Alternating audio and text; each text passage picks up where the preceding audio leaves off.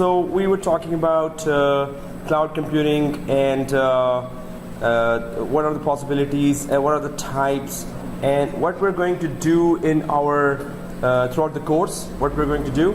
So we had already created our Windows 2012 R2 with Hyper-V configured. Today we did that. You're gonna get the steps and everything, the video as well, for uploaded to your Blackboard, and you got 1 week, of course. So you could just try to create your replica lab, or just do that lab in our E419. I'm just going to go through that, and we're going to try to grasp some idea of what we're going to do and what other features and types of cloud computing are there. So cloud computing services and solutions that are delivered and consumed in real time over internet are cloud services, if you want to go for one-liner, but yes, let's talk in English now. So it is, these are the features that were available. I mean, that we were talked before as well, that what makes cloud computing different. It is managed on demand, public, then we can have private as well, and we can have hybrid as well. But again, what are those, and what is that we can have on demand, what is managed? All the services that we used to be connected to on premises within our company, now they are available from anywhere. They're accessible from anywhere, right? So if you wanted to, in old days, if you wanted to connect to your Exchange server or your SharePoint server or any of the file servers even, you have to connect through VPN from home and from other, so you have to connect to VPN from to your company and then try to connect to those services. Otherwise, now it is available in your tablet, in your cell phone, that you can actually connect to that file server directly from your tablet, from your laptop. Even if you're outside, just in some coffee shop, you can securely connect to your file servers, company corporate file servers, because they are in cloud, and cloud is available and accessible over the internet from anywhere and from any device as well. So because it's so easy to access all the services, that's why the cloud services are, the companies are really pushing for it, and they're really investing on it. Otherwise, big, especially banks and governments, would definitely stay away if there was, big issues that still need to be resolved and are unresolved. So it's on demand. We were talking about that. Cloud services are still available, like MS Office is still available, and Skype for Business is available, and you can just name it, all those applications out there in Azure. So once we access our Office 365 again, this time from the cloud perspective, in Exchange class we did access our Office 365, but with the Exchange Online only perspective, and we only try to use that feature of Exchange. Now we're going to be using the full cloud features that are available in Microsoft Azure. And then because they are available from anywhere, that's the main reason that big banks and governments are going there. So it's on demand means that you can just pay as you go. Now pay as you go is a separate service. So if I just create quickly a diagram here, that suppose you have an on-premises in your company, a data center here, and then you are talking about cloud. Well, let's just consider it a cloud. Okay, that's a bad diagram for that. But if you create your virtual machines here in your data center, and if you create it here on the cloud, so on your data center, of course, you can create as many according to your hardware capacity. You can create as many virtual machines here, right? But when you go to cloud, whatever virtual machine you've just uploaded there and created there, that's going to use Okay, now the process, seriously. Now I'll just go like this because of the connections there. The keyboard is very not accessible, so I'm just gonna bring my own BIOK. Bring your own keyboard. Okay, so anyway, so what we're trying to say here is that if you upload the virtual machine in the cloud, in the Azure, so I'm talking about Microsoft's product called Azure. Just giving an example, what is pay-as-you-go? So if you put here a virtual machine, a VM, which has Active Directory, AD, Active Directory inside, so as soon as it starts using its RAM, processor, hard disk, network, so they start charging you, and that's where the pay-as-you-go starts. That as soon as this virtual machine starts putting some workload, so you start that virtual machine, it starts using the RAM. Maybe you don't want to only use it for Active Directory, you want to use it for file server as well. Now file server, if you put any heavy files, movies, songs there you go. So as soon as you start doing that, more RAM is required, more processor is required, more processing, more hard disk is required in terms of IOPS, input output per second, right? IOPS. More IOPS is required here, and network, the bandwidth in the network, right? So how many kbps, kilobits per second, are you using now, right? So when you start that virtual machine, or you start putting some heavy loads on top of that virtual machine, so you're starting using Microsoft's RAM, processor, hard disk, network, and that's where Microsoft says, don't worry about the overbilling, overusage of those workloads. You can just pay what you use, and we're going to give you those values, and we're going to monitor what you used, and then pay as you go could be implemented once you are use whatever you use, you just pay for that, right? So if that virtual machine is shut down, it's still sitting there, but it is shut down, right? And it's been like 2 weeks, so they don't bill you anything, right? Other than the basic package that you have purchased, they don't bill you anything. As soon as you start the machine again, you put some heavy file, whatever IOPS and RAM and hard disk is used, they only charge you that. So monthly it comes down to saving a lot of money for you when it comes down to this, that you don't have to manage on premises the rent of the area, we did talk about that, and the air conditioning there, and UPS and security of the office. So you have to actually pay everything per month, whether you're using fully those machines, those servers or not. Here, whatever you use, you pay for only that. You keep it shut down, then you're not getting billed right now, right?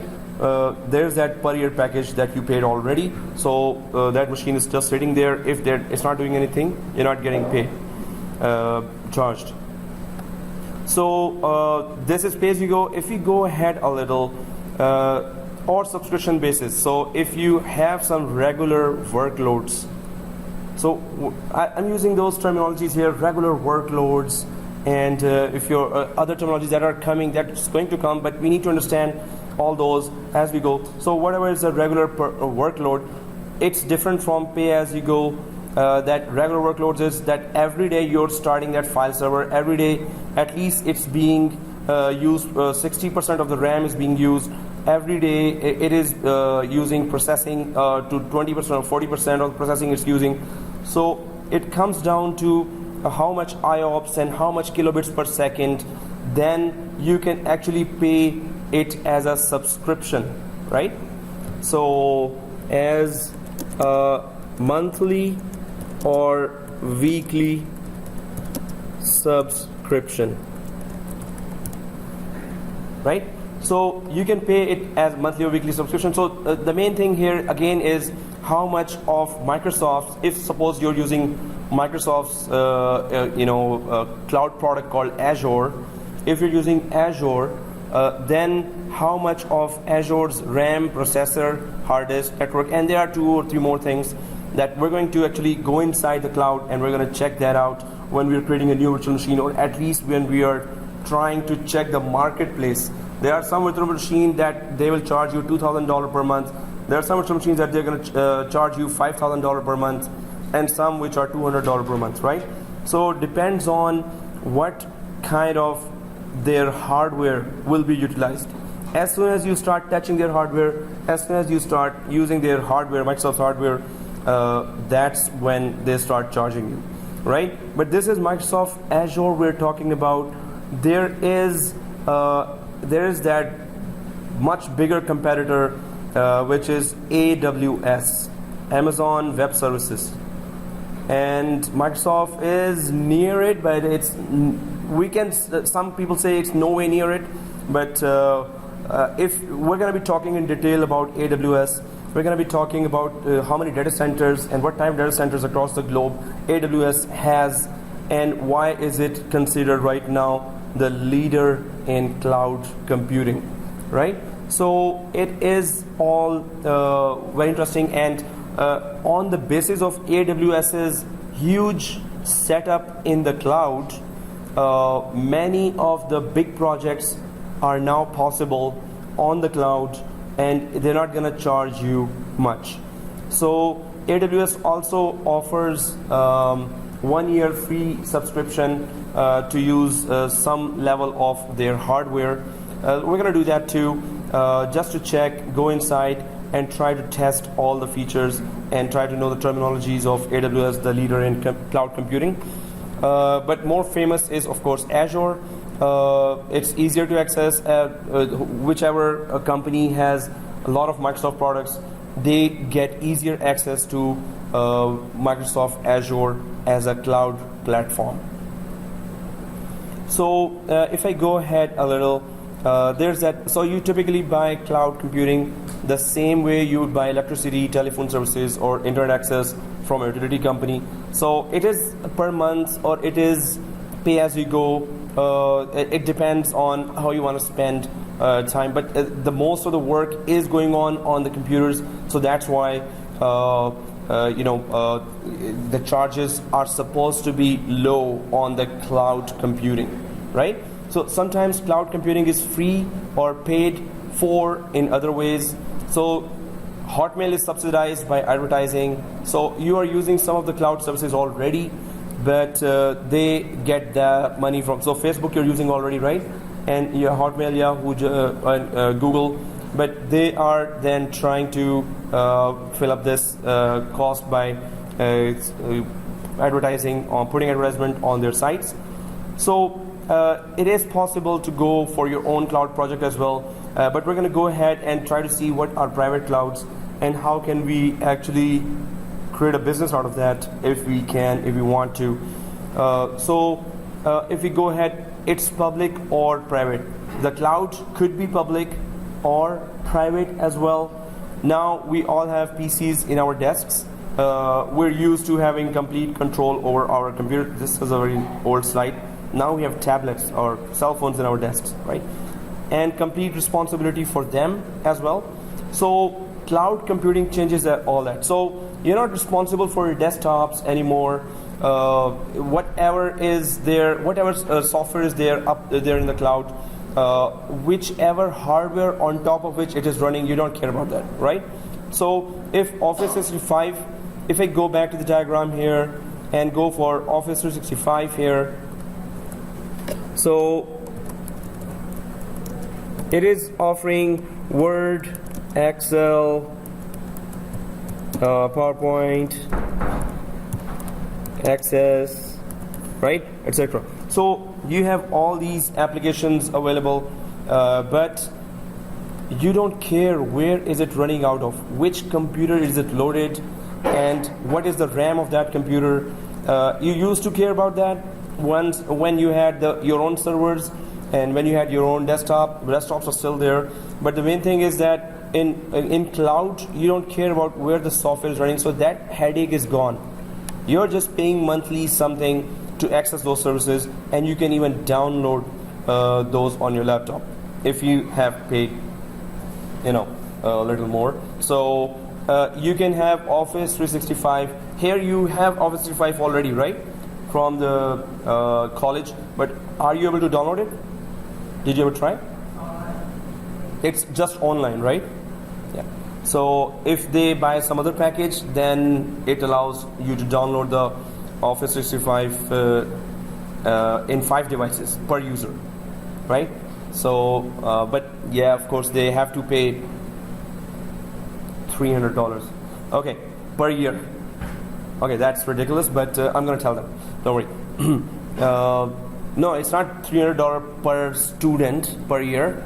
It's overall they have to pay $3,000 actually. But then every student gets MS Office, which is downloadable for 5 of your devices. But it's really cheap for institutes.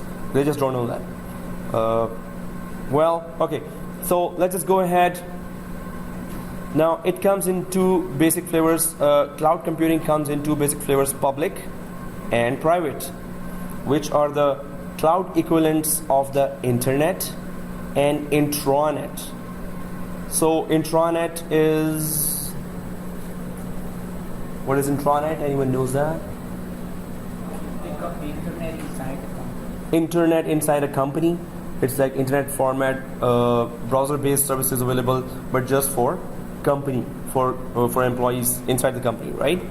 So equivalents of the internet and intranet. So web-based email and free services like the ones Google provides are the most familiar examples of public clouds. Whatever services are available in the public, they're just calling it public clouds, but we have to differentiate between public and private here. So the world's biggest retailer, online retailer, Amazon, became the world's largest provider of public cloud computing in early 2006. So if anyone is using Netflix, maybe majority of us or maybe all, so Netflix is being hosted by Amazon Web Services, right? And Netflix means, so all the movies have to be placed somewhere, right? And then millions and millions and millions of users are using that. It's in the cloud. So definitely, so many users are uploading it. Memory is being used right now per movie, and some player is using that. Some player is opening that movie for that user. So there is that. It has to be affordable for such kind of a huge company to actually place its videos on Amazon Web Services, right? So Amazon Web Services is offering that cloud computing with its huge amount of data centers across the globe. When it found it was using only a fraction of its huge global computing power, it started renting out its spare capacity over the net through a new entity called Amazon Web Services. So that's how, because they had large amount of data centers and they were not using the 100% of capacity of that, so they started offering their spare space and on their computing and in the data centers, and that's how they started with Amazon Web Services. So otherwise we only knew Amazon for selling products, right? Private cloud computing works in much the same way, but you access the resources you use through secure network connections, much like an intranet. So private cloud is a company-owned cloud, right? So you're offering the resources to your employees, and the employees are anywhere, and they are able to access through their web browser the company corporate services, right? So we're going to be trying to go in detail with that. Companies such as Amazon also let you use their publicly accessible cloud to make your own secure private cloud, known as VPC, right? So some cloud services are publicly available. that you can put the URL in the browser and they're just gonna open, right? And then there are other cloud services that are not publicly available. If you put their IP, URL, or URL, if you get to know that, you won't even be knowing the company's private cloud URLs, right? So if you know them, then of course you will be asked for all the credentials. And if you don't have certificate, so it is pretty secure, right? That there are many mechanisms that you can access the cloud and many mechanisms that you can keep the public access away from your private cloud. But what is private cloud? It is a cloud created by the company for their own employees. And VPC or virtual private cloud is one of the examples, but the main thing here is, so if I go to the diagram here, let's just create another diagram. If this is a cloud here, so there is public cloud, so Netflix has this area of Amazon, and some other company has put their products in the Amazon. But the main thing is the whole public can access that. There is one URL that you can go and it leads to then all the resources, all the services on this, Netflix. If you go for netflix.com, it takes you to that page, but that page opens with all the movies there, and movies are actually placed on AWS right now.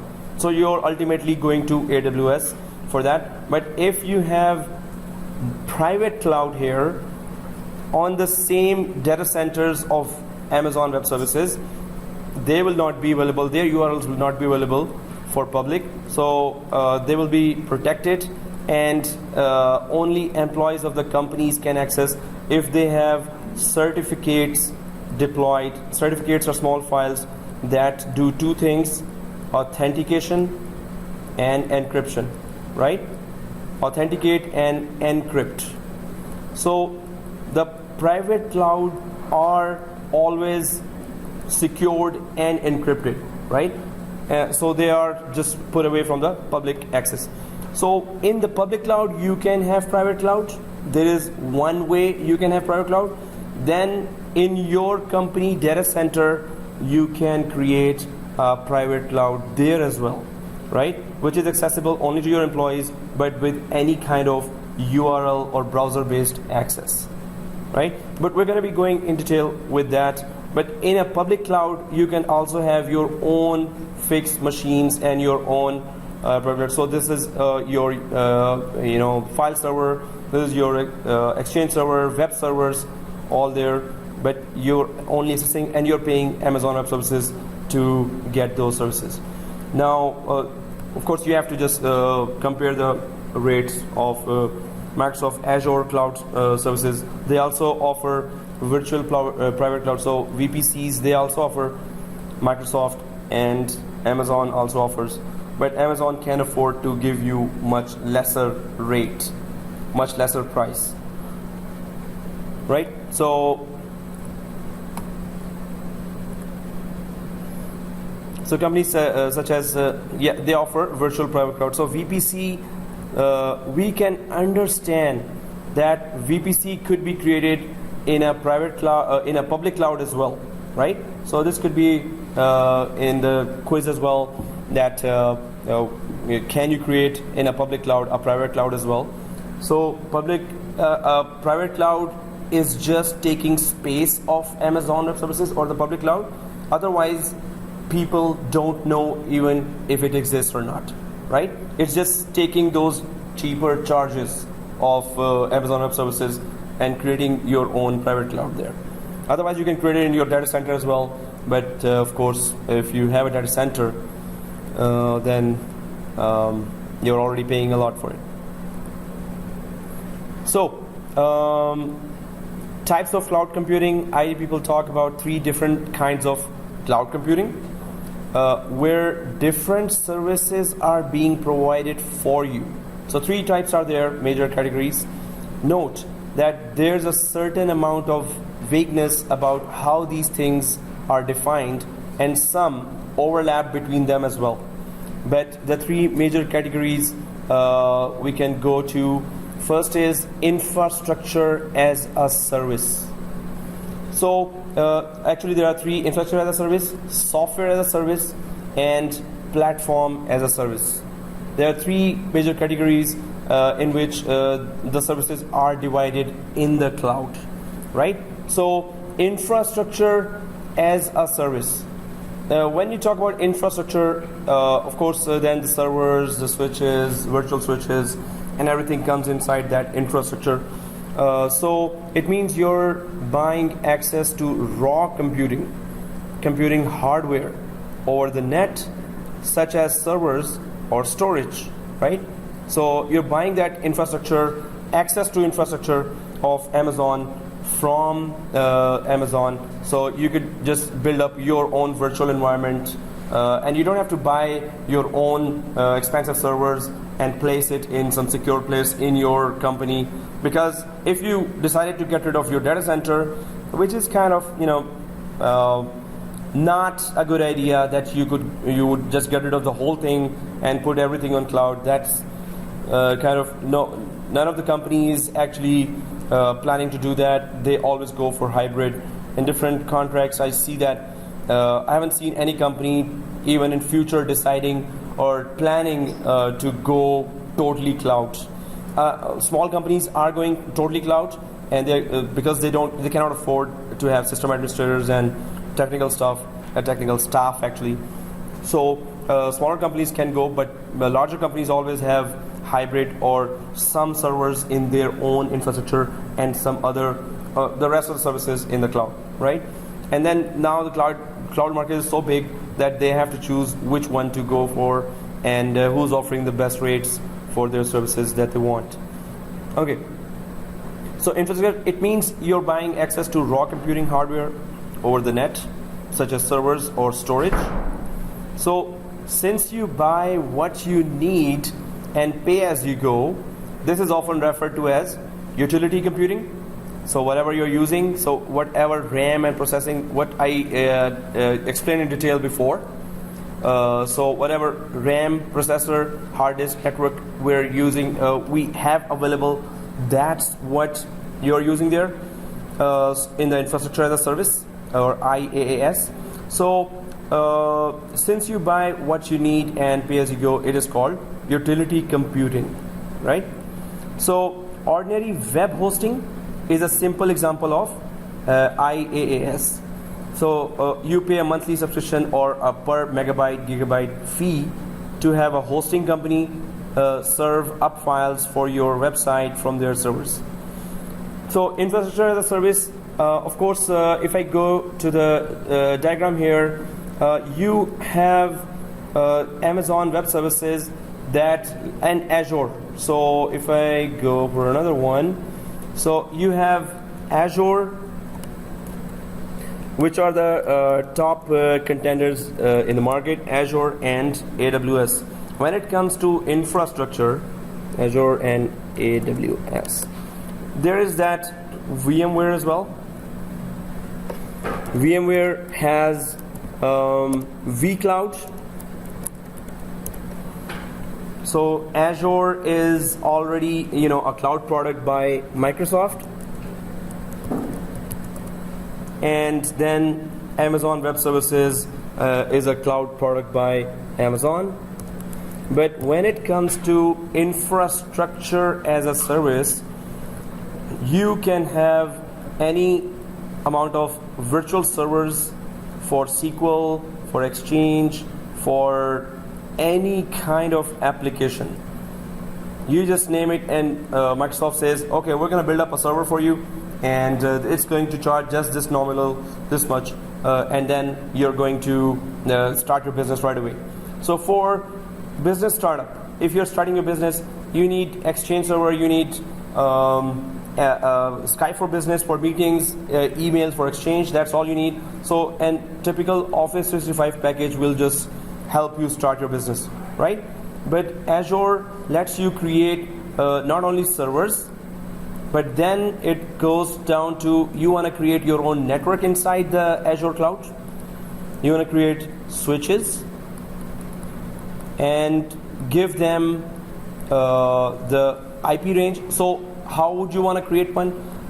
Maybe this machine and this machine, they are supposed to connect on another set of IP addresses, and then this server here and this server here are supposed to connect, because they are not supposed to communicate with each other. So you can create your private environments with virtual switches there, right? And so you can create virtual network and switches. Then comes storage as well, which is the most important part, of course. You're going to store your data somewhere.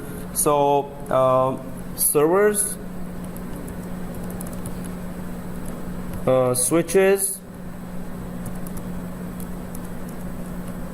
and storage. So when we call storage, it's disks.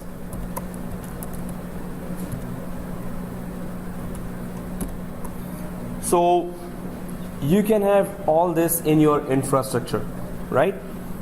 So you can install Active Directory on those virtual servers, or you can have Active Directory as a separate application. The choice, you have both choices.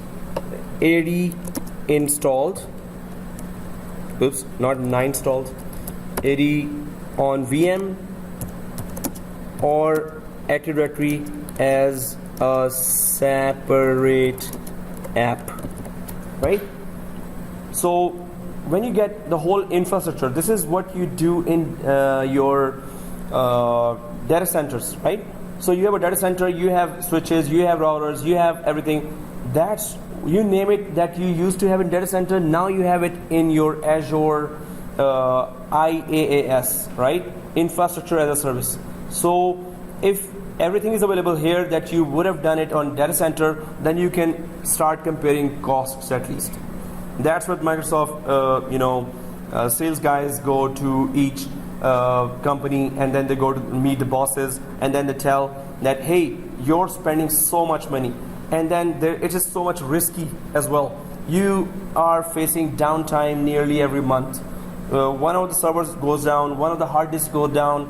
You have to you're always on the run, and your bosses are always then screaming at you why it went down. So look at our Microsoft data centers. They are highly available. They have we have done state-of-the-art investment. Our data centers are typical, and they have all the security and everything, high availability. So that's how they grab market, and data centers are shrinking across the companies and corporates, right? They compare the costs, and then they challenge you with the high availability. How many downtimes you had reported in your company, how many times your server went down, and how many times our Microsoft servers went down, or how many times our applications were not available. Maybe on global scale, maybe their performance may degrade, but the performance-wise or high availability is concerned, that the application from Azure is always available.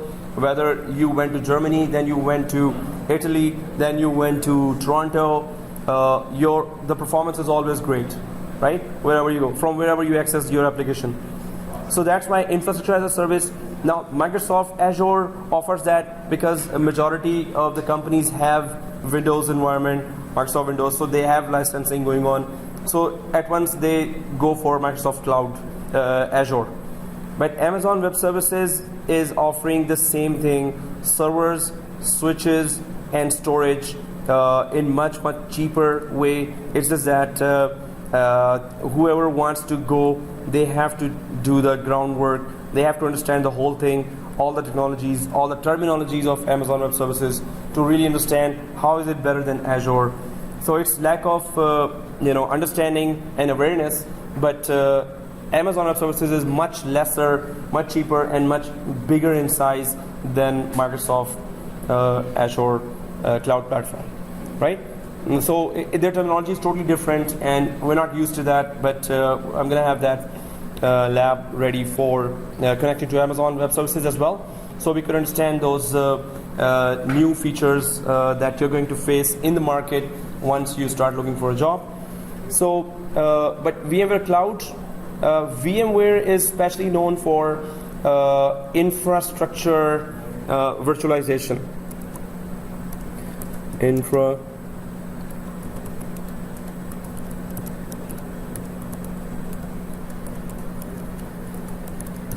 So it is known for that infrastructure virtualization, but it doesn't do it on the cloud. It does it on your physical servers, right? So if you have in your on-premises physical servers, you can build up a very good virtualization environment. VMware did not see through that that the future is going to be cloud. So VMware's vCloud is not as powerful and giving performance as the Amazon Topper and then the Azure. But when it comes down to VMware, it's infrastructure but not IaaS. It's not infrastructure as a service, but on-premises it gives you all that. It lets you make all those servers, switches and storage in virtually, right? But on-premises. So let's go ahead. So infrastructure as a service, I just explained that you can have those infrastructure components created on anyone's cloud, and you're ready to go with your servers, right? But software as a service, what is that? So second one is software as a service. It means you use a complete application running on someone else's system. Complete application running on someone else's system. So web-based email and Google Documents are perhaps the best known examples, or Zoho is another well-known, maybe somebody used it, I don't know. So Zoho is another SaaS provider offering a variety of office applications. There are hundreds and hundreds of applications that we can put in this category, or thousands actually, applications that they are the full application is running online. So Office 365 is a good example which we are using already there for software as a service. So you don't have to install software anywhere in your machines, and it's online available from across the globe wherever you are, right? Platform as a service, that's the third category there. And platform as a service, it means you develop applications using web-based tools. So they run on systems, software and hardware provided by another company. So it's kind of you're using the company hardware and software to come up with your own application. So what it's saying is that platform is being provided, and if you're a programmer or a developer and you needed a platform, you don't want to build your own servers at home, or your company is not providing you enough resources. So on AWS, on cloud, you can actually go develop any application. All you need to do is just pay them a little, tiny amount, like, and it's really tiny, like $10-15 per hour per week, we can say, or $20 or $30 per month.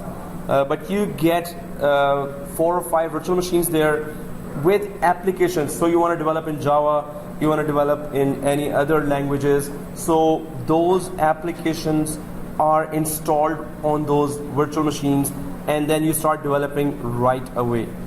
And if you need any of other software for your development environment, the platform as a service provides you already in very nominal amount the development environment that you need anytime from anywhere, right? You cannot just carry your environment with you. Maybe if you have a high-end laptop, you can, but if you're traveling and you're working on your any applications or developing any application, of course, then connecting to AWS or connecting to Microsoft Cloud from any internet connection is possible.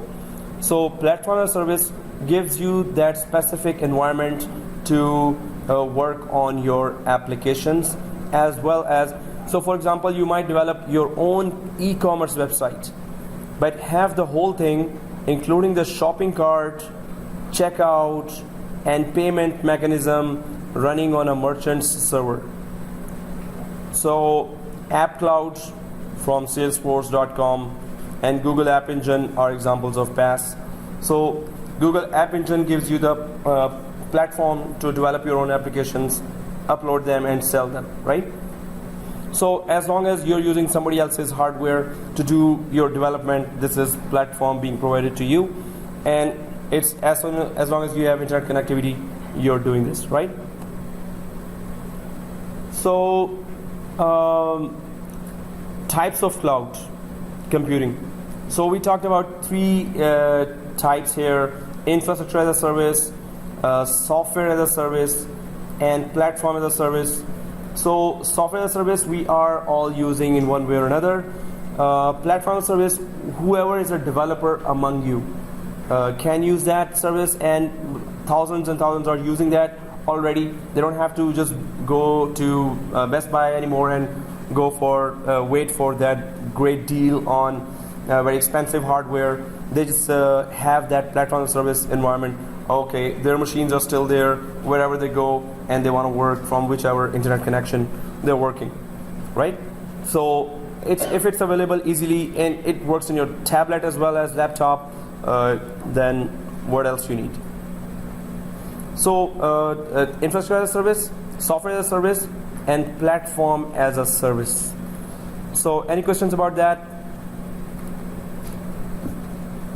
There are three types of services. Anyone ever created a virtual machine on cloud? You did? On which one? DigitalOcean. Okay. And it's for a company, or it's publicly available cloud? Okay, for web server. You also did that with the same company? Yes. DigitalOcean? Oh. So it's a famous one, right?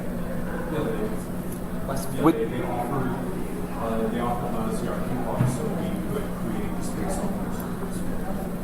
Gates like one for $20.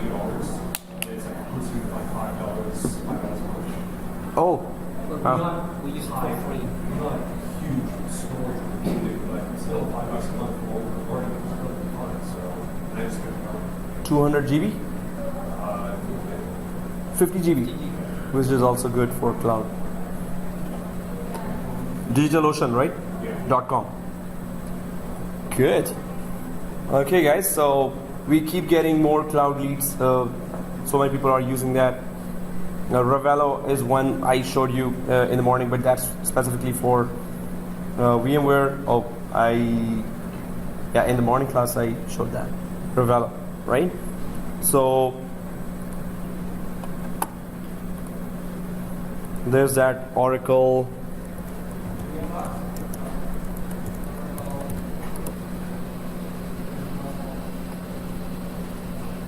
So some of my students were doing VMware labs. They're we have internet. Okay, Ravello systems, virtual labs using nested virtualization. So this and digital. Well, let it load first.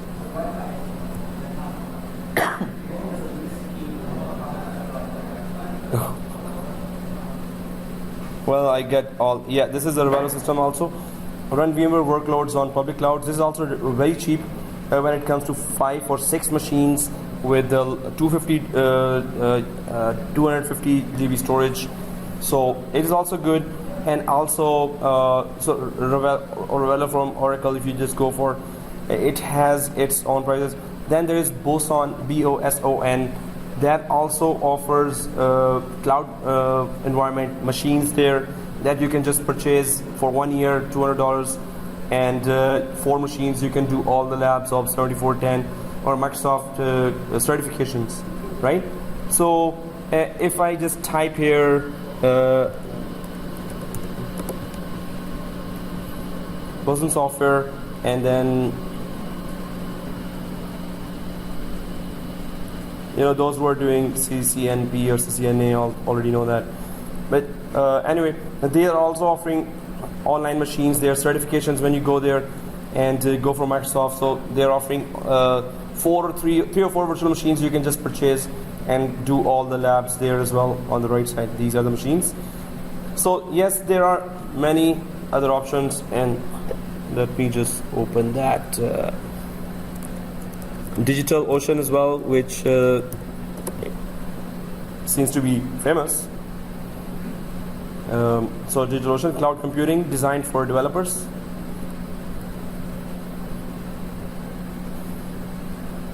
So there are many sites, Revelo Systems, BOSON, Boson Software, and then Digital Ocean. So I'm recording that as well, so you will get that reference.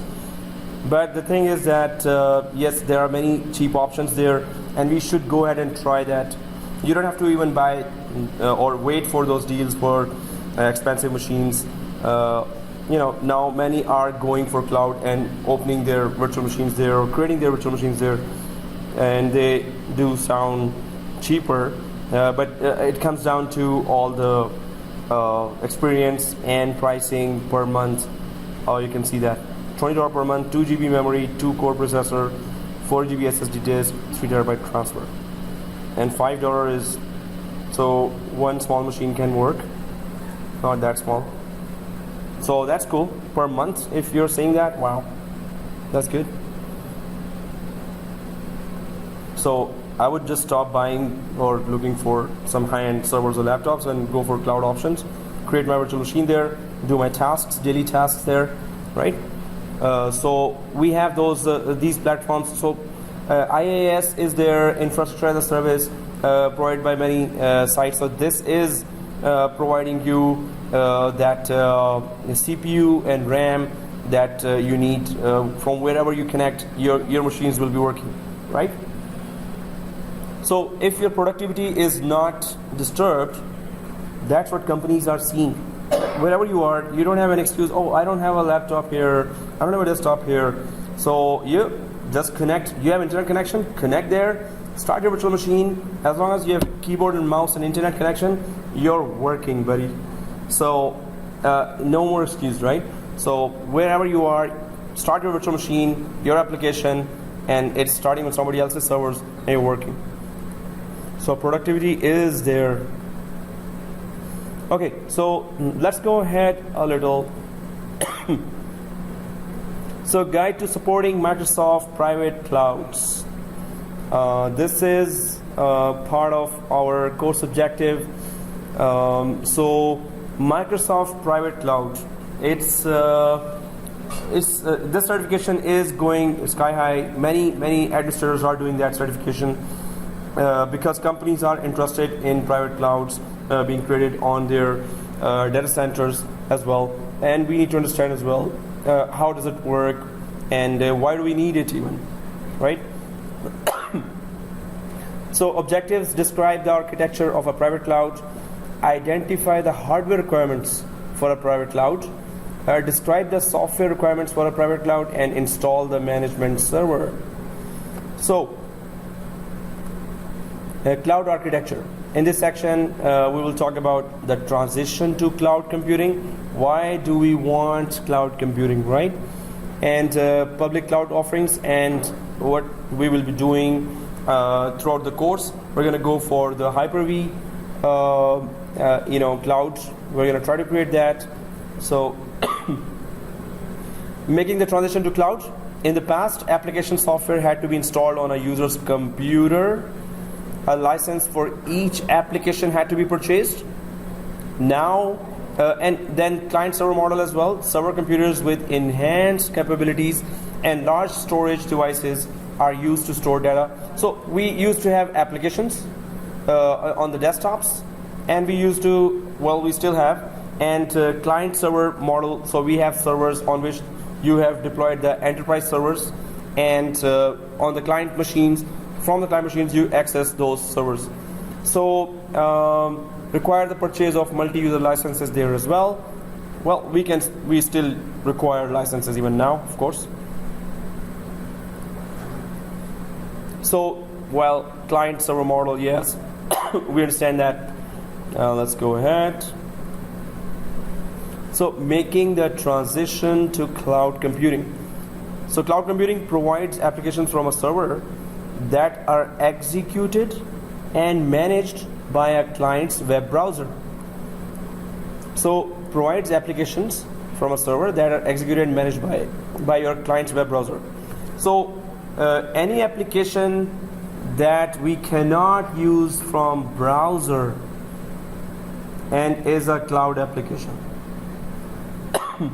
So every application, so Office 365 you want to use, you will have to use it through browser. You can just open, when you click the Excel sheet, it opens inside the browser. If Google Documents are there, you open the Google Documents there, anything, it opens inside the browser. So browser plugins are always there because you're connecting from internet to access those services, right? So cloud server providers have complete control over applications. So cloud server providers have complete control over applications. Office 365. So eliminates the need for version upgrades or license management on client computers. So that's what the bosses are looking for. They don't want to regulate their 50 workers. Hey, did you do that upgrade to those 500 machines? Did you went for each machine and upgrade that MS Office? Did you check that through SCCM and you didn't do that, or you're doing overtime? Why are you doing overtime? So there's an administrative headache to upgrading servers, to upgrading application, the software, not in the servers, not only in the servers, but also maybe there are 10,000 clients there. So you're upgrading everything there as well through SCCM. This is still happening in the banks and other large organizations, that through SCCM they are upgrading everything. But I've seen that the most conservative bosses have gone for cloud after going for their features, after listening to those features, that they find those features to be used by their employees, then their employees will be more productive, right? So, and it's cost effective, and they're trusting totally on Microsoft, which is not a bad thing. Okay, so eliminates the need for version upgrades or license management. You don't have to go for all these management of applications when you have those applications on the Office 365 already, right? But that means lesser IT workforce, no more jobs. Other types of jobs are opening. So software as a service, term used to describe the application programs offered through cloud computing. Okay, that's SaaS, software as a service. We just talked about that already. But the case for the transition to cloud computing is that there is a reason that bosses, those who are going to do investments, are going to decide that, oh yes, we should go for that instead of now, again, job openings are for system administrator, and then there are 700 applications there, and you have to take interviews, and then you got the wrong guy. So you're stuck again. And there are so many downtimes on the servers because of the wrong guy. Then you start hiring again. Anyway, when we talk to bosses, managers, they say all that stuff about that we don't have to do all this. But they don't realize that once they get rid of all the workforce, they will be gotten rid of as well. Company will get rid of those managers as well, right? Okay, anyway, so once we go ahead, so this is the cloud on which you can have a lot of servers already available, cloud computing here. So client with web browser. So now this client machine will be empty, right? It will just have one or two web browsers, two types of web browsers. Antivirus software is there, anti-malware software is there, and that's it. And you have your client ready, and everything, all the applications are in the cloud. You don't have to install MS Office, you don't have to install Adobe Acrobat, everything is in the cloud, right? So normally it's not deployed anymore. Wherever the cloud applications are there. Okay guys, so if you need a 5-minute break. All right, there's the excitement. Woohoo.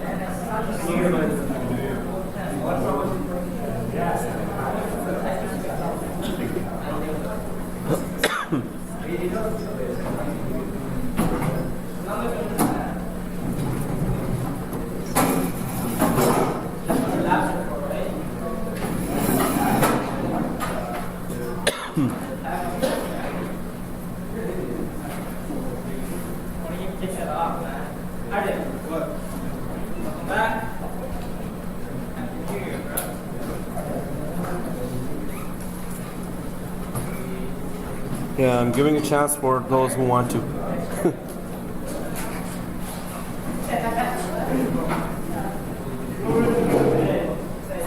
Zooming.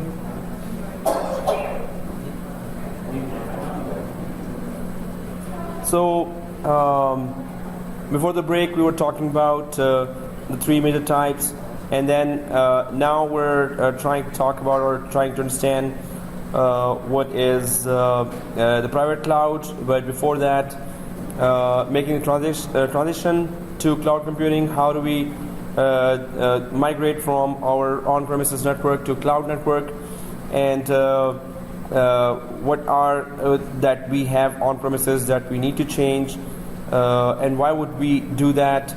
So we were looking at that picture, and this picture is just showing that we can just not put any application other than antivirus and anti-malware and a browser, and the rest of the all applications are coming from Office 365 or Adobe Acrobat clouds, and you don't have to maintain this computer then.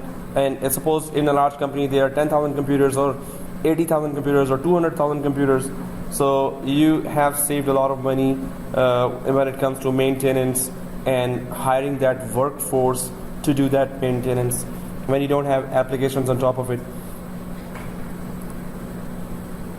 So making the transition, any web-friendly, web-friendly, seriously what's wrong with me? So web-friendly device connected to the internet can access the same pool of computing power and files in a cloud computing environment. So any web-friendly, again I stuttered, seriously. So the device connected to the internet can access the same pool of computing power. So from wherever you're connecting, the same computing power you're getting from those servers in the cloud. You're connecting through cell phone to AWS, and you want to open that third-party application, it will open as fast as it will open in any desktop or any laptop as well, right? So computing power is used for there, and that's what, of course, they're going to charge it for.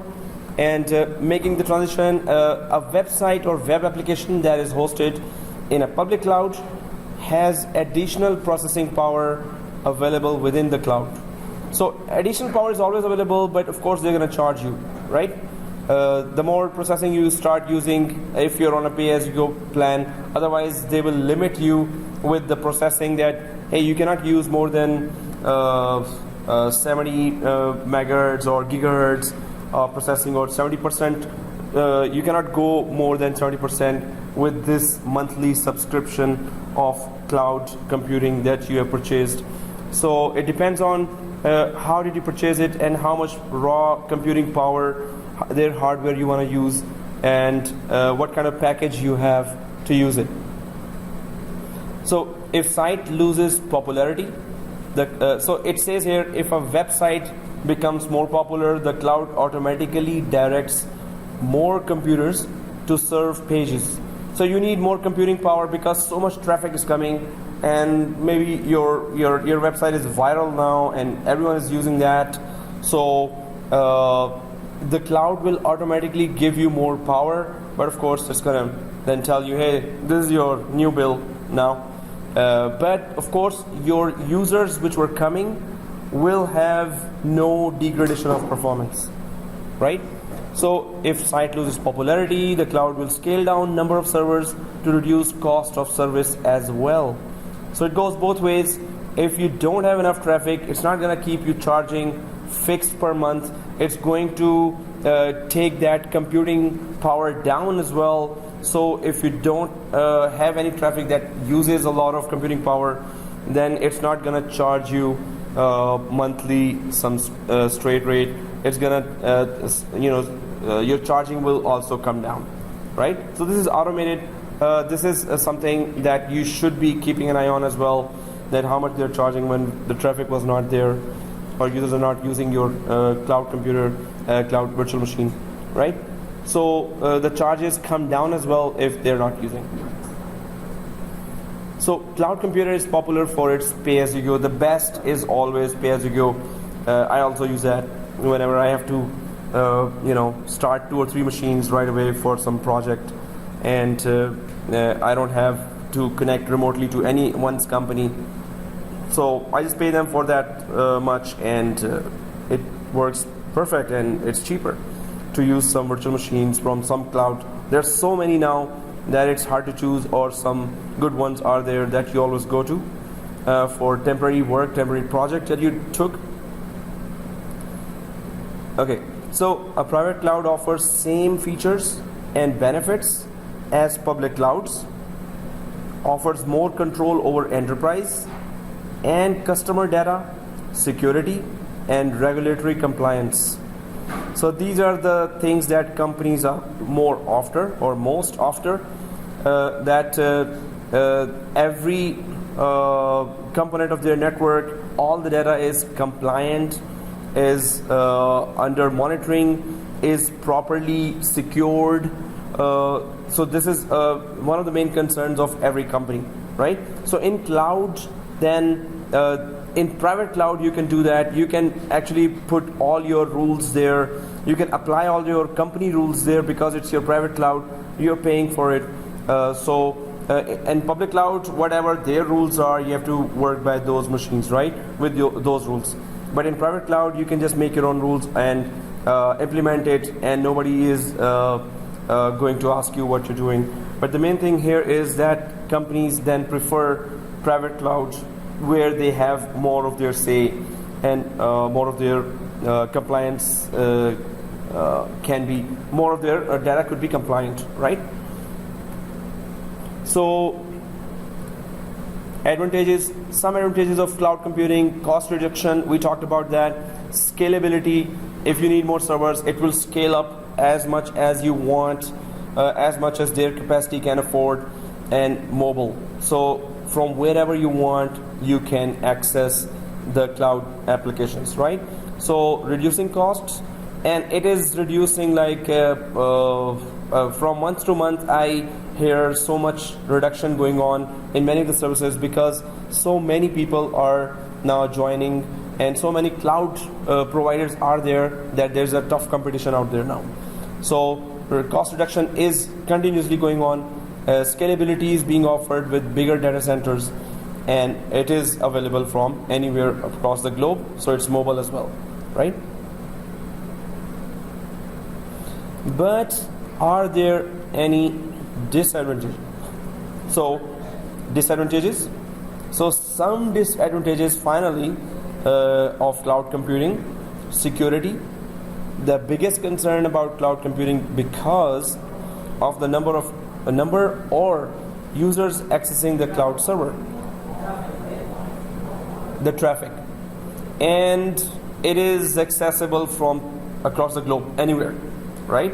That URL could be given to anyone, right?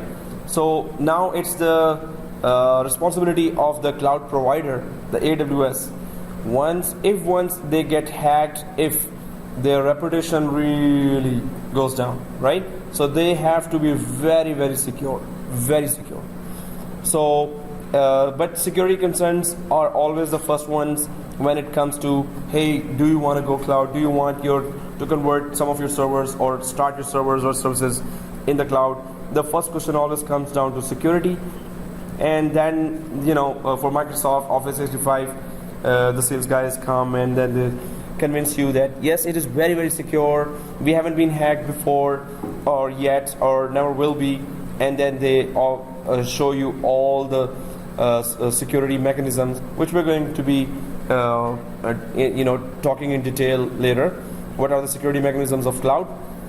So then privacy, the client is never sure how much data the provider is getting and how those data are being used. So you have to trust AWS, you have to trust the IT managers and especially the system administrators that are handling those cloud services somewhere across the globe. You have to trust them with your data, and some of the regulatory some of the rules from the government as well, some of the laws of the government that suppose Canadian banks are supposed to be following, that you cannot just place data outside the country, or if you have double checks, you have properly asked government's permission for that. So all the compliances have to be followed. Then big companies go for cloud to save their data. But normally big companies, that's why, because of the privacy and security concern, what ifs are there still, right? What ifs are there?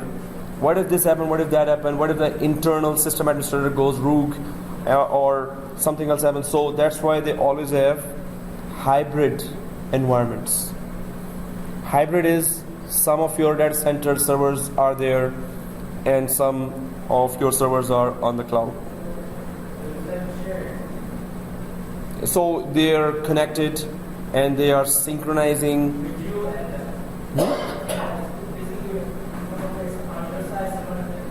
Yeah,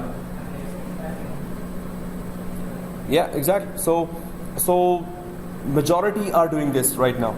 So they want to still test before going cloud fully, and also they want some of the data to be in their control as well. Of course, not all going there then.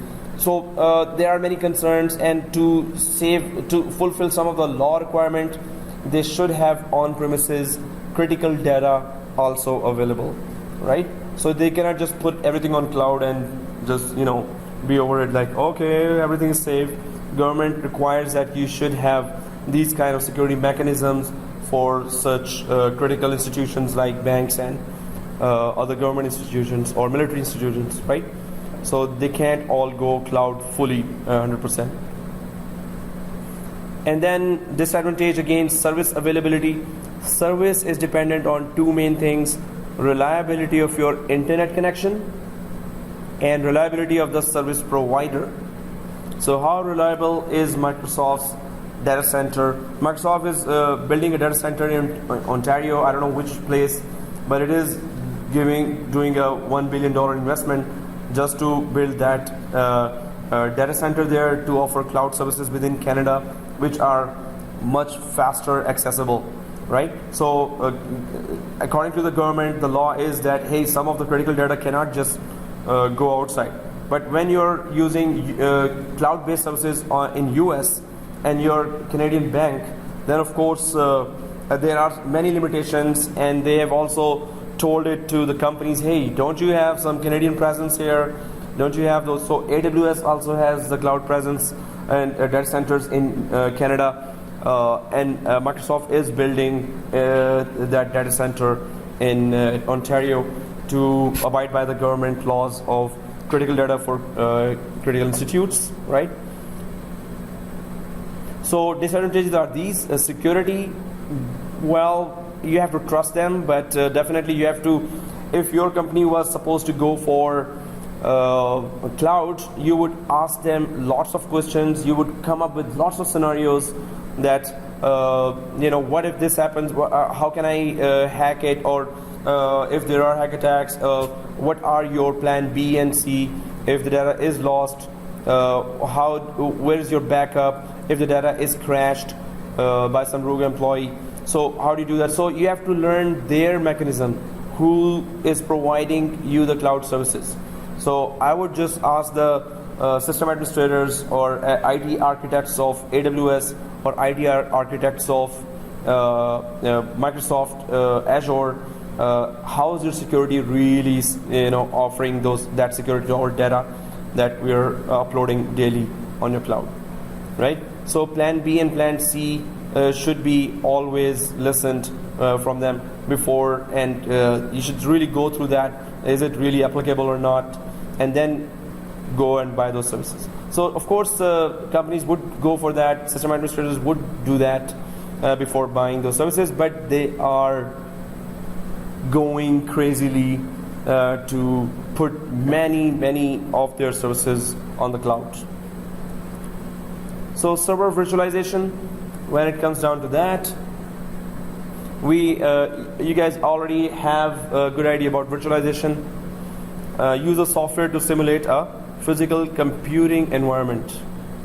So, and the use of virtual hardware on which you can install a number of operating systems and interact with them. So we are already using virtualization product called VMware Workstation. We're already using that, right?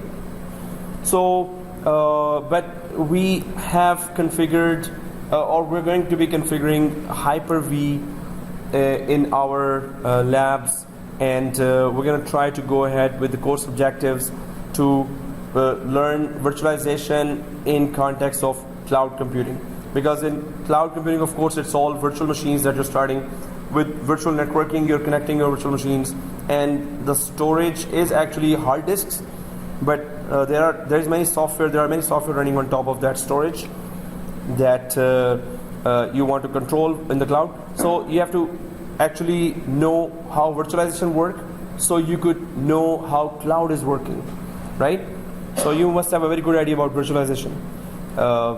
So hypervisor allows multiple operating systems called guests to run concurrently on a host computer. You may have learned that hypervisor in your course of virtualization, if you have taken that, or any basic course. Taken that virtualization, right? Okay, so presents a virtual operating platform to the guest operating systems and manages their execution. So virtualization, yes, if you have just creating a quick server here, it's a bare metal. If it's an empty server, you can install on top of it a hypervisor, which could be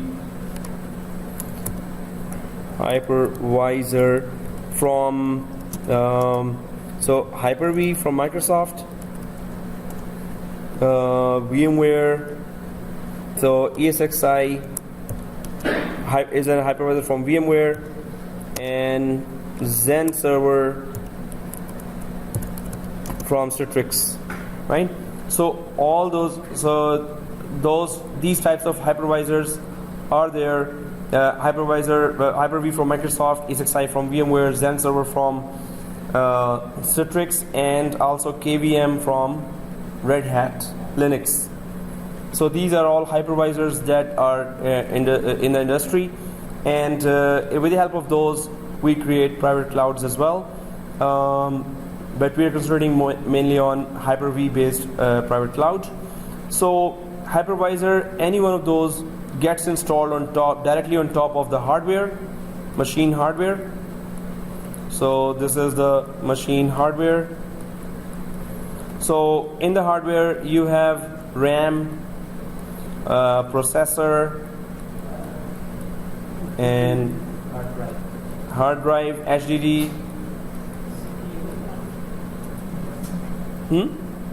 Proc. Yeah, proc pros. Okay, I'm trying to just write like a pencil for my mouse. So what is the main purpose here? That we are hosting virtual machines on top of it. So hypervisor intelligently manages them, monitors them, all the virtual machines. So instead of these 6 virtual machines, we don't need 6 physical machines now. We have 6 virtual machines, right? So that's where the cost cutting is coming. But if you do it yourself in your data center, the cloud is offering that. In the cloud, you just go for that virtual machine, same, not the, okay, wrong diagram here. Of course, those, so you're not concerned with if you have a physical server, what hypervisor you can install there, and what hardware you have on the cloud. You just create virtual machine.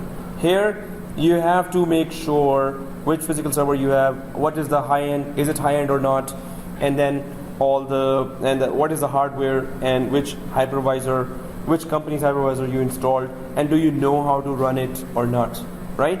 So it becomes much easier in cloud that you're just click and start the virtual machine or click and create the virtual machine instead of thinking of the whole scenario.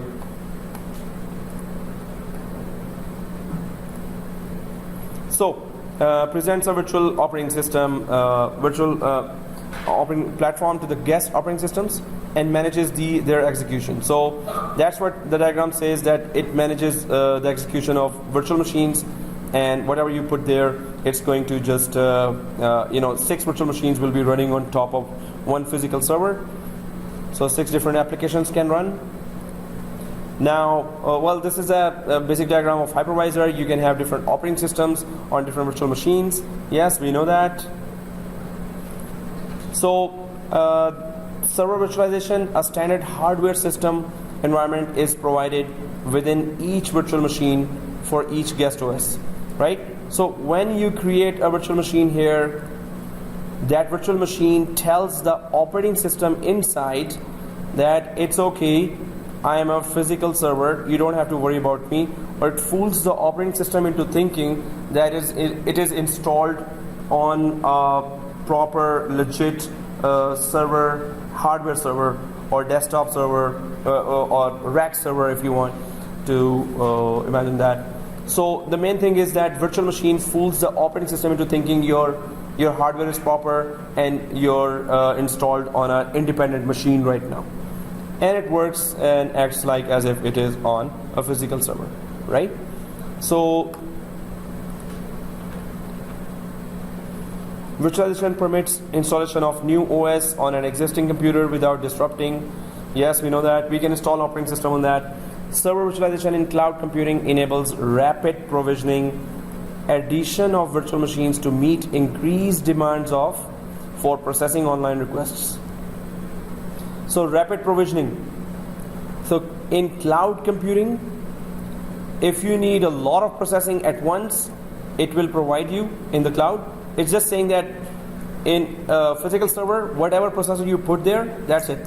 If you need more processor, you're going to wait for purchasing more processor, and then it's going to be imported, or you're going to buy from the market, and then you shut down the computer, and then you change that processor here, and then it will get that new processor, right?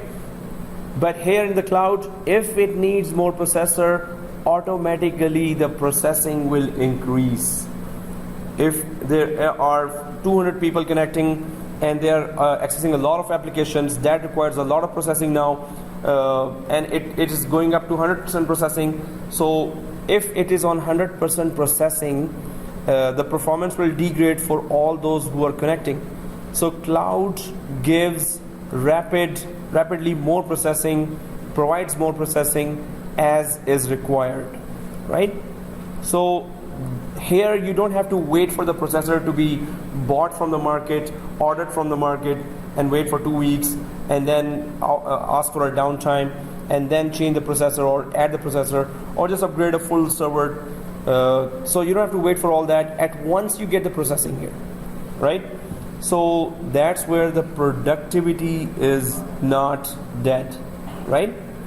So that's why companies are saying, okay, as soon as the traffic is increasing, everything our hardware is available, even more hardware is required, and in the end users are not affected, the performance is not degraded for them, right? Company has to pay a little more, but the performance is good, end users are good, customers are happy for the company. Of course they will prefer cloud then, right? You don't have to change hardware there to get better performance.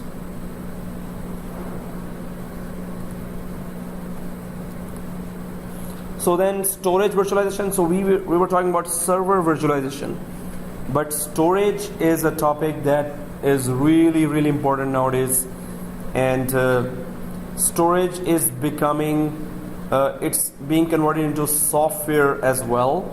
Although you always need hard disks, of course, but how do you handle that is changing rapidly now.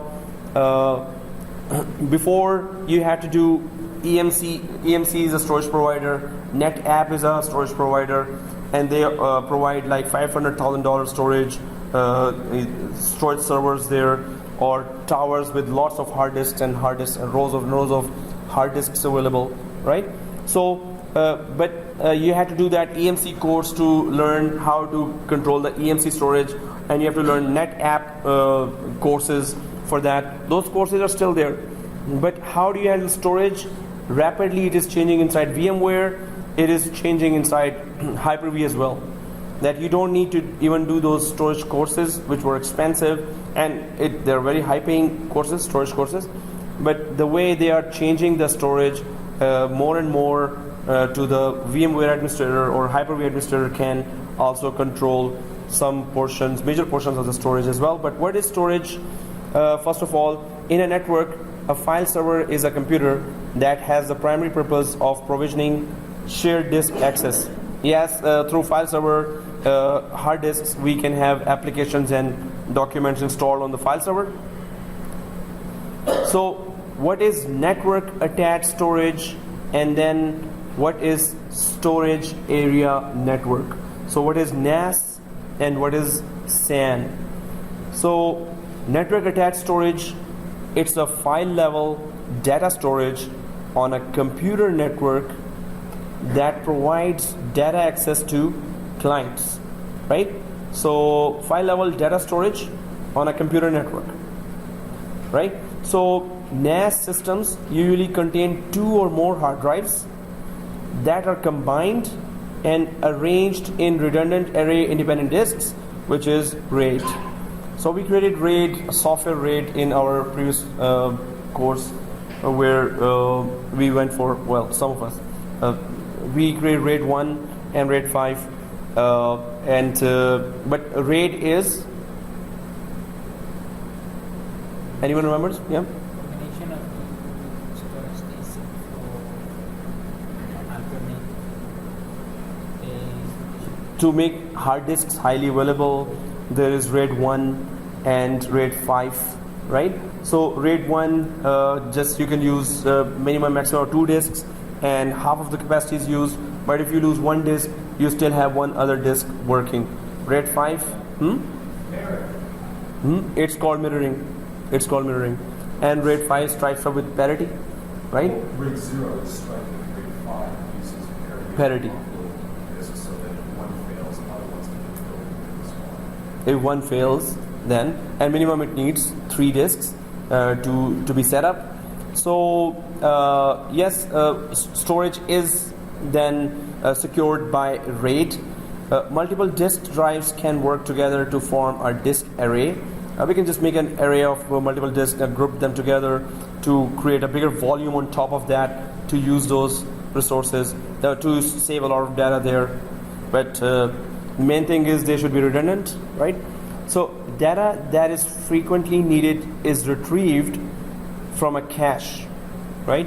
So some frequently used data is cached or locally stored, and then it is retrieved when it is requested. So redundant components such as RAID, processing modules, and power supplies increase availability. So there are those RAID controllers. The hardware version of the RAID is there as well. We just use the software version, which is not used in the market. But hardware RAIDs are there, very effective, and they really safeguard your data in the case of loss of a hard disk.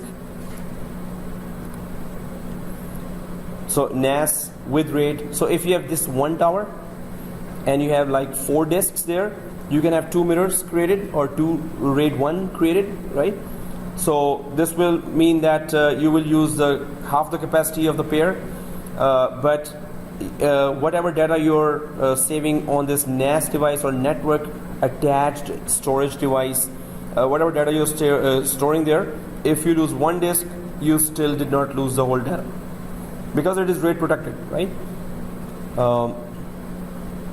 So nowadays, yes, if you buy that, of course, it is RAID protected, or you should see that is it RAID protected or not when you're buying it from, suppose, Best Buy or some other computer shop.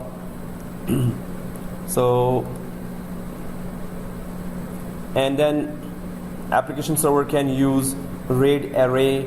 So again, that NAS device is connected to application server, and application server is saving all its data here, and it is RAID protected disks that are securing that data or hosting that data.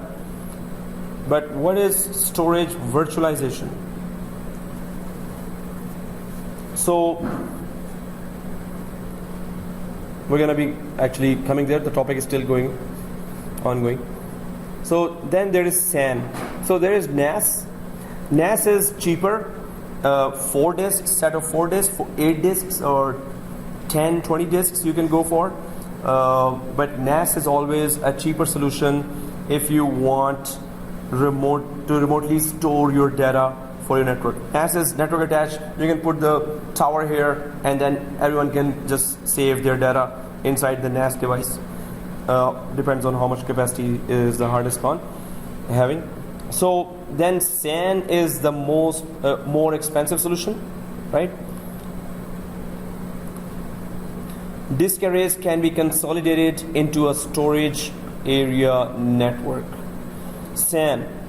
So it's a lot of towers of disks after disks, rows and rows of disks, and inside that, so you can access bigger storage and faster as well. So data appears to be stored to a single source, easier than managing individual disks on multiple servers. So a SAN uses the principle of storage virtualization, handles storage as a unified whole, enables virtual machines to use data from a unified storage entity rather than individual disks. So this LUN or logical unit number, this represents a disk. This represents that unit of storage that is available remotely. So if I just create that diagram here,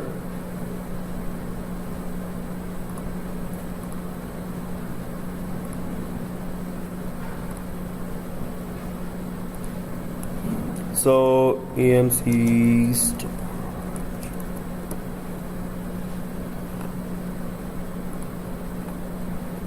so these are the from EMC or NetApp. In fact, if I go for SAN, so you can see rows and rows and bigger towers with huge amount of hard disk capacities available there that you can put inside here as well. Lots of hard disk you can put there. So these are SAN devices. They come in different sizes. The towers full of disks, and they have different models as well. So and you can see there the rows and rows of all the SAN disks that are available. You can add and remove any amount of disks from there, but remotely you can offer a logical unit number or LUN to any of the disks, any of the virtual machines that are using that. So if I just place this, okay, there is that from EMC defined as well.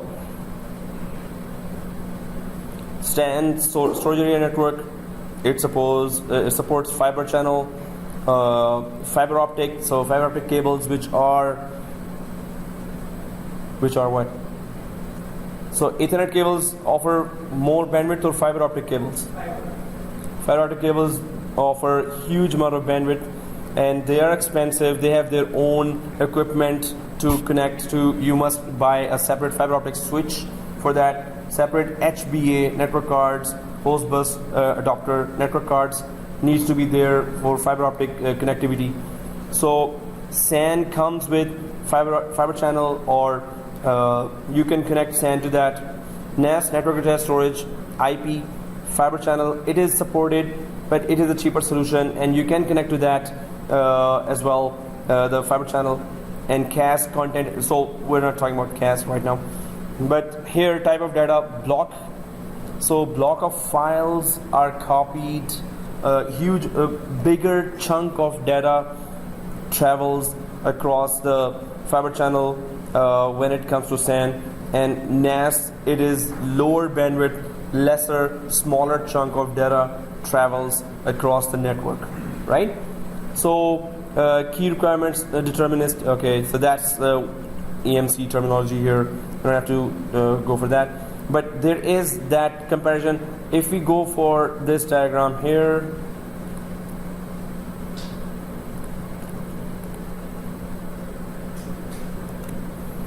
so all these disks from SAN can be used, can be remotely connected, mapped over the network to any of the ESXi servers or Hyper-V servers, physical servers. So these disks normally are connected over the network. So suppose there is another Hyper-V server, suppose there are 20 of them, they are all connected directly to all the servers. So what happens here, when you create a new virtual machine, the new virtual machine asks where the files will be placed for that new virtual machine. So where do you think the files will be placed? They will be placed on the remote storage called LUNs, right? Logical unit number. So those remote storage are mapped to this physical server and mapped to each physical server that has a hypervisor with it, right? So these logical unit numbers are the remote disks that offer storage but over the network. So this virtual machine, it lives on top of this remote storage, but it runs on the memory and processing of this hypervisor. So when you start virtual machine, it starts from this remote storage because it's living here. It's not using local storage here, right? Local disk, it doesn't use that. But when it starts, it loads in the memory of the this hypervisor and uses the processor, right? So that's why you need SAN or NAS, that hypervisors need to put their virtual machines remotely somewhere else. So in case you lose a hypervisor, did you lose the virtual machine or not? Depending if the storage is attached to the virtual machine, but if not, separate, right? So if storage is attached to the this hypervisor, if you're using the local storage of hypervisor, we lost the virtual machine as well. Otherwise, virtual machine files are living here. They are never lost. They are living on the remote storage, right? So, but we will be learning also in hypervisor, how do we attach these LUNs, or how do we attach a SAN, software SAN which we install. How can we attach that SAN to these hypervisors and then see the remote disks showing as if they are local disks here, but they will be actually remote disks attached to that hypervisor, right? So we're going to learn that, and we're going to do those labs as well. And storage virtualization. So this topic is much more deeper, the storage virtualization itself, because we're going to be talking about how storage really works, and cloud is totally dependent on storage, of course. Everything in IT depends on storage, of course, but cloud specifically. So that's why it's cloud computing includes virtualization of infrastructure and storage as well, right? So thin provisioning approach where LUNs for new servers can be created, more disk space can be assigned on those servers than the actual amount of space. So for example, well, we know the thin provisioning already. Whatever you install, that only gets occupied the space. Whatever you don't install doesn't get occupies the whole space, right? So I'm just gonna go ahead a little. Application server, RAID array. Oh, network resolution and clustering. So there are a lot of topics that we will be then continuing in the next class with some new topics from the next class as well. But this is something that we need to understand. So until next class, and everything will be updated on the Blackboard. So try to. Yep. No, I will be. I will be updating by tonight. So check all the material there, and I'll be creating a Google group there, and through the Google group we can communicate as well. And I'll tell you when the whole material is there, or you can just check by tomorrow morning. It should be there. All right. So I'll just stop that.